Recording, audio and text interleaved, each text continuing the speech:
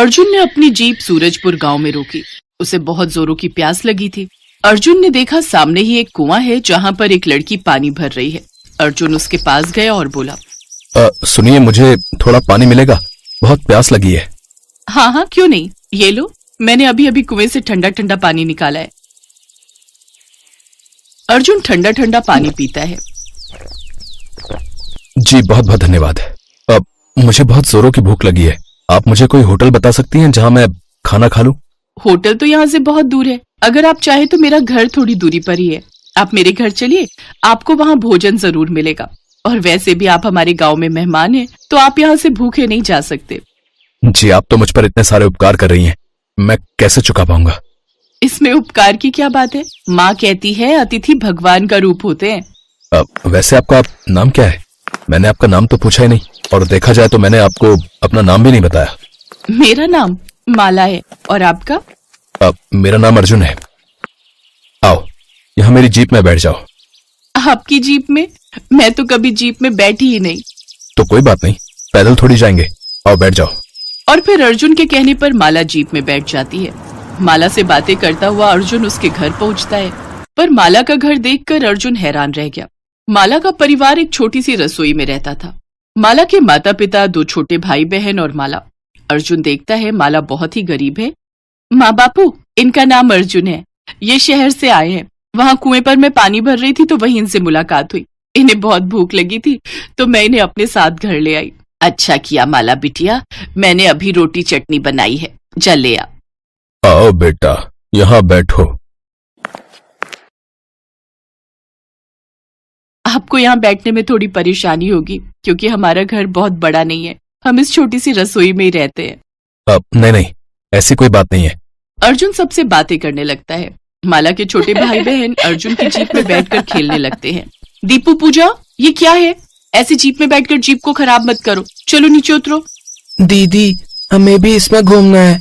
हाँ दीदी, चलो ना, हम इसमें घूमते हैं। आप दोनों को इसमें घूमना है? चलो मैं आप दोनों को गांव घुमाता हूँ, पर मुझे तो रास्ता पता नहीं है। माला, आओ ना, तुम भी हमारे साथ बैठो। जा बेटी, वरना ये दोनों तो दिमाग खराब कर देंगे। माला दीपू और पूजा के साथ अर्जुन की जीप में बैठ जाती है। अर्जुन उन सबको गांव में घुमाता है। दीपू और पूजा बहुत खुश थे। कुछ ही देर में वो अर्जुन से बहुत घुल मिल गए। अर्जुन को मन ही मन माला बहुत पसंद आ गई थी। शाम को जब वो शहर लौटा तो माला के बारे में ही सोचता रहा, और कुछ दिनों बाद वो फिर से माला से मिलने गया। धीरे धीरे अर्जुन और माला एक दूसरे को पसंद करने लगे, और बातों ही बातों में अर्जुन ने एक दिन अपनी माँ शारदा देवी से माला के लिए बात की। शारदा देवी उस गांव के जमींदार को जानती थी। उन्होंने फोन पर जमींदार से बात की। ये क्या कह रही हो शारदा बहन? आपका बेटा अर्जुन हमारे गांव की माला से शादी करना चाहता है? आप जानते भी हो माला बहुत गरीब है और उसका परिवार एक छोटी सी रसोई में रहकर गुजारा कर रहा है। वो रिश्ता आप जैसे बड़े लोगों के लिए नहीं है। माला आपके घर की बहू बनने के लायक नहीं है। बाकी आप देखो कि आपको क्या करना है। मुझे जो ठीक लगा मैंने आपको बता दिया। एक रसोई में रहते हैं, ये अर्जुन ने किसे पसंद कर लिया। ठीक है जमींदार साहब, मैं इस बारे में अर्जुन से बात करती हूँ। बहुत बहुत धन्यवाद। शारदा देवी को पता चला कि माला बहुत गरीब है और अपने परिवार के साथ एक छोटी सी रसोई में रहती है, तो वो इस रिश्ते के लिए मना कर देती है। अर्जुन, जमींदार साहब ने मुझे माला और उसके परिवार के बारे में सब बता दिया है। तू एक ऐसे घर में शादी करेगा जो परिवार एक छोटी सी रसोई में रहता है? मैं इस रिश्ते के लिए बिल्कुल भी तैयार नहीं हूँ। माँ, आप जानते नहीं हो, माला और उसके परिवार वाले बहुत अच्छे हैं। ये बात अलग है कि वो बेचारी गरीब है, पर इसमें माला का क्या दोष? माला का स्वभाव बहुत अच्छा है। आप एक बार उससे मिलोगे तो आपको भी माला पसंद आ जाएगी। अरे, मेरे पसंद करने से क्या होता है? रिश्तेदारी, बिरादरी, समाज भी कुछ मायने रखते हैं। अगर सबको ये पता चलेगा कि हमारी बहू का पूरा मायका एक रसोई में रहता है तो सब हमारे ऊपर हंसेंगे। सबको तो यही लगेगा कि तेरे ससुराल वाले बहुत बड़े कोई अमीर सेठ होंगे जो हवेली में रहते होंगे। पर जब उन्हें पता चलेगा कि तेरे ससुराल वाले छोटी सी रसोई में रहते हैं तो सब देखना कितनी बातें बनाएंगे।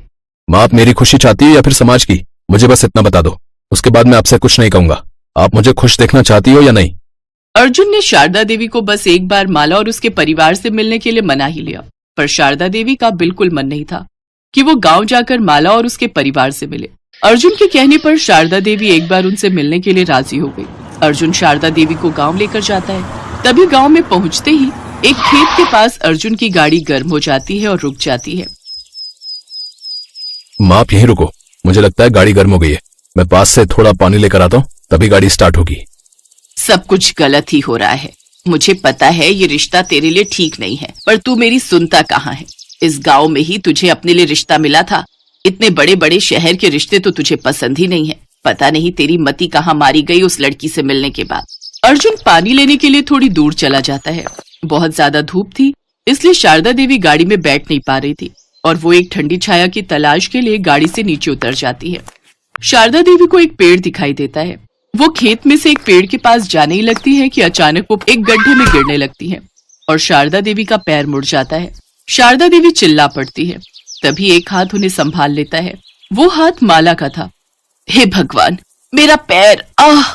आंटी जी संभल कर, मेरे कंधे पर हाथ रखिए, मैं आपको वहाँ पेड़ की ठंडी छांव में बिठा देती हूँ। माला शारदा देवी को धीरे धीरे पकड़कर पेड़ के नीचे एक चबूतरे पर बिठा देती है। आंटी जी आपके पैर में मोच आई है, पर आप चिंता मत कीजिए, हमारे गांव के वैद्य जी बहुत अच्छे हैं, वो आपके पैर को बिल्कुल ठीक कर देंगे। तभी अर्जुन भी आ जाता है। उसे सारी बात पता चलती है। अर्जुन शारदा देवी को माला के बारे में बताता है। शारदा देवी माला को देखती हैं तो हैरान रह जाती हैं। अर्जुन और माला शारदा देवी को घर ले आते हैं। माला के पिता पड़ोस में रहने वाले वैद्य जी को बुला लेते हैं। वैद्य जी शारदा देवी को कुछ दिन आराम के लिए बोलते हैं। आप चिंता मत करो बहन जी, आपका पैर बहुत जल्दी ठीक हो जाएगा। अर्जुन, जैसा तुमने मुझे कहा था, माला और उसका परिवार बिल्कुल वैसा ही है। ये सब बहुत अच्छे हैं। मुझे तुम्हारी और माला की शादी से कोई ऐतराज नहीं है, पर मैं चाहती हूँ कि अब आप सब भी हमारे साथ शहर में रहो, क्योंकि मैं अच्छे से जानती हूँ एक रसोई में गुजारा करना बहुत मुश्किल है। आप इतनी छोटी सी रसोई में गुजारा करते हो, फिर भी आप सब में कितना प्रेम है, ये देखकर मुझे बहुत खुशी हुई। जो लड़की एक छोटी सी रसोई में गुजारा कर सकती है, उसमें कितनी सहनशीलता होगी, ये बात तो मुझे समझ में आ गई है। पर अब तुम चिंता मत करो माला, अब तुम्हारा मायका रसोई में नहीं रहेगा, हमारे साथ शहर में बड़े घर में रहेगा। माला के माता पिता की आंखों में खुशी के आंसू आ जाते हैं। जहाँ एक तरफ लड़की वालों को दहेज देने की चिंता होती है, यहाँ उल्टा हुआ। यहाँ अर्जुन और शारदा देवी ने शादी के बाद माला के परिवार वालों के लिए एक अलग घर बनाया, जहाँ पर वो अपने जीवन को अच्छे से जी सके। माला को खुशी थी कि अब उसकी शादी के बाद उसके मायके वाले भी एक छोटी सी रसोई में नहीं रहेंगे, एक बड़े घर में रहेंगे। अर्जुन ने माला के माता पिता को भी उतनी इज्जत दी जितनी वो अपनी माँ शारदा देवी को देता था। ये देखकर माला की खुशी का ठिकाना नहीं था। वो अपने जीवन में आई खुशियों के लिए भगवान को धन्यवाद कहती है।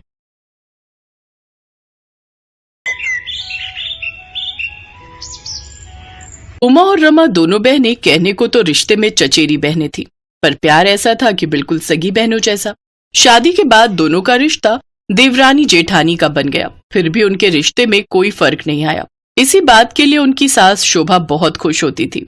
तुम दोनों बहनों में इतना प्यार है कि सब तुम्हारी बहुत तारीफ करते हैं। उमा रमा तुम्हारी देवरानी है, फिर भी तुम दोनों ने इस रिश्ते को भी कितने प्यार से संजो कर रखा हुआ है, ये देखकर मुझे बहुत खुशी होती है। थैंक यू माँ जी, बस आप हमें अपना आशीर्वाद दो कि हमारा प्यार ऐसे ही बना रहे। माँ जी, मैंने तो सच में पिछले जन्म में बहुत अच्छे कर्म किए हैं, जो मुझे उमा दीदी जैसी बहन या फिर ये कहूँ कि जेठानी मिली है। वैसे तुम दोनों गर्मियों की छुट्टियों में अपने मायके कब जा रही हो? माँ जी, वंश, चारू, रिया और कार्तिक ट्यूशन से आ जाएं, उसके बाद ही हम निकल जाएंगे। चलो खूब मजे करना गर्मियों की छुट्टियों में। शाम को उमा और रमा बच्चों के साथ गर्मियों की छुट्टियों में कुछ दिन रहने के लिए मायके चली जाती हैं। एक शाम वो बाजार घूमने निकली। नानी जी, मुझे मैंगो शेक पीना है। नानी जी, मुझे तो चॉकलेट शेक पीना है। एक काम करो उमा, बच्चों को यहाँ से मैंगो शेक पिला दो। ठीक है मम्मी, इन चारों के लिए बनवा लेती हूँ। कौन से चार? दो ही तो हैं। रिया और कार्तिक के लिए बनवाने की कोई जरूरत नहीं है, उनके आने से पहले इन्हें जल्दी जल्दी पिला दे। इतने पैसे नहीं है मेरे पास कि मैं उन चारों का बनवाती रहूं, और तू भी उन पर कम ध्यान दिया कर। मम्मी, रिया और कार्तिक हमारे अपने घर के बच्चे हैं, चाची हमारी अपनी है, हमारे अपने घर के बच्चे हैं वो। तुम भी पता नहीं क्या क्या सोचती रहती हो मम्मी। तभी रमा और उसकी मम्मी आ जाते हैं। वंश, चारू, ये लो तुम दोनों की चॉकलेट आइसक्रीम। मैंने सोचा रिया और कार्तिक आइसक्रीम की जिद कर रहे हैं तो तुम दोनों की भी ले लूं। जल्दी से खा लो, नहीं तो पिघल जाएगी। हाँ ताई जी, मम्मी बोली कि इन दोनों के लिए भी ले लेते हैं। अरे भाभी, इतनी दूर डॉक्टर की दुकान पर भी गए और आज डॉक्टर की दुकान ही बंद थी, तभी तो आने में देर हो गई। वैसे बिटिया, तुमने बेडशीट खरीद ली? हाँ हाँ, ले ली है चाची जी। यही फर्क था उमा और रमा की मम्मी में। पर उमा ने घर जाकर अपनी मम्मी को समझाया, मम्मी मेरा और रमा का एक ही मायका है, पापा का और चाचा जी का एक ही काम है, एक ही घर है, फिर ऐसा भेदभाव क्यों मम्मी? आपको पता है आपकी इन बातों का असर बच्चों पर भी पड़ेगा। तभी बाहर से बच्चों की लड़ाई की आवाज आती है। कार्तिक, ये बॉल मेरी नानी ने दिलाई है, तुम अपनी नानी को बोलो ना कि वो तुम्हें ऐसी बड़ी बॉल दिलवाए, मेरी बॉल मत छुओ। कार्तिक, वंश को अपनी बॉल से खेलने दे। देख हमारी नानी ने हमें कितना सुंदर गेम दिलवाए है। चल हम ये गेम खेलते हैं। अब हम इन दोनों को अपनी नानी का दिया हुआ गेम खेलने ही नहीं देंगे। हाँ चल खेलते हैं। हम भी अपनी नानी जी को बोलते हैं कि वो हमें ऐसा गेम खरीद कर दें। हाँ अब हम अपना गेम खरीदेंगे। नानी नानी। देखा मम्मी, बच्चों में भी वही भेदभाव आ गया जो आप करते हो। वो भी अपनी नानी मेरी नानी कर रहे हैं। मम्मी, रमा और मैं दोनों बहनें एक दूसरे को बहुत प्यार करते हैं। मैं नहीं चाहती कि हमारे बच्चों में भेदभाव हो। उमा की बात शायद उसकी मम्मी की समझ में आ गई थी, इसलिए जब उमा और रमा वापस ससुराल आई तो उमा और रमा दोनों बहनों ने अपने बच्चों में चेंज देखा। पता है दादी जी, हमारे 2 नाना नानी है, कार्तिक और रिया की नानी भी हमारी नानी है। हाँ, और वंश और चारू की नानी हमारी नानी है। ये देखो दादी जी, हमारी बड़ी नानी ने हमें ये वाला गिफ्ट दिया और नानी ने ये वाला।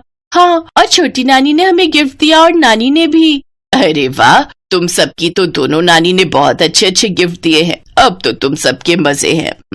तुम्हारी 2 नानी जो है। बच्चों की मीठी मीठी प्यार भरी मासूम बातें सुनकर उमा और रमा दोनों की आंखें खुशी के आंसुओं से भर आती हैं और दोनों देवरानी जेठानी यानी दोनों बहनें एक दूसरे के गले लग जाती हैं।